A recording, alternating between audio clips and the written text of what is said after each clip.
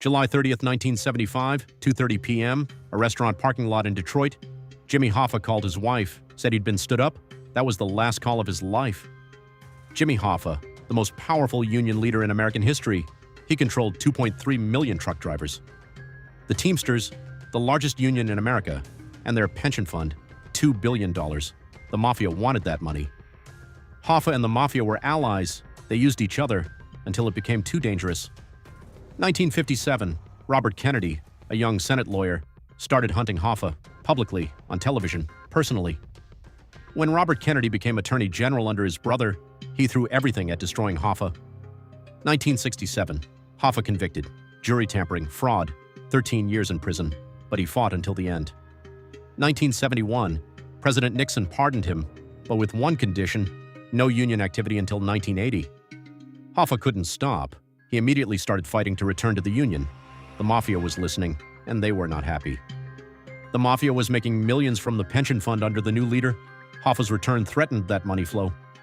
July 30th, 1975, Hoffa arrived at the Matcha's Red Fox restaurant for a meeting with two Mafia figures, Anthony Giacolone and Anthony Provenzano.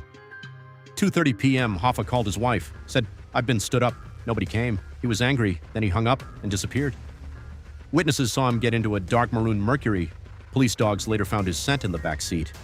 The FBI threw 200 agents at the case, 16,000 pages of documents, 6 suspects convicted, but for other crimes, nobody ever charged for Hoffa's murder.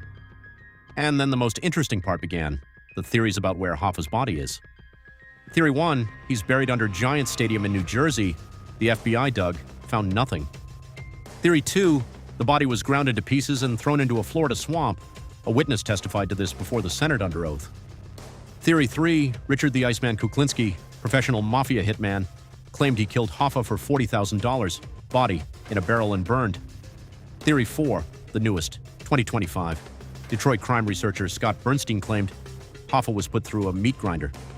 2021, FBI dug in Oakland. 2022, under a bridge in New Jersey. 2025, and searches again, every time and nothing. Martin Scorsese's 2019 film The Irishman. De Niro plays Frank Sheeran, who allegedly killed Hoffa personally, based on real confessions. 1982, Hoffa officially declared dead, 7 years after his disappearance. Body still never found. 50 years have passed. All suspects are dead. All witnesses are dead. The Mafia code of silence, omerta, worked perfectly.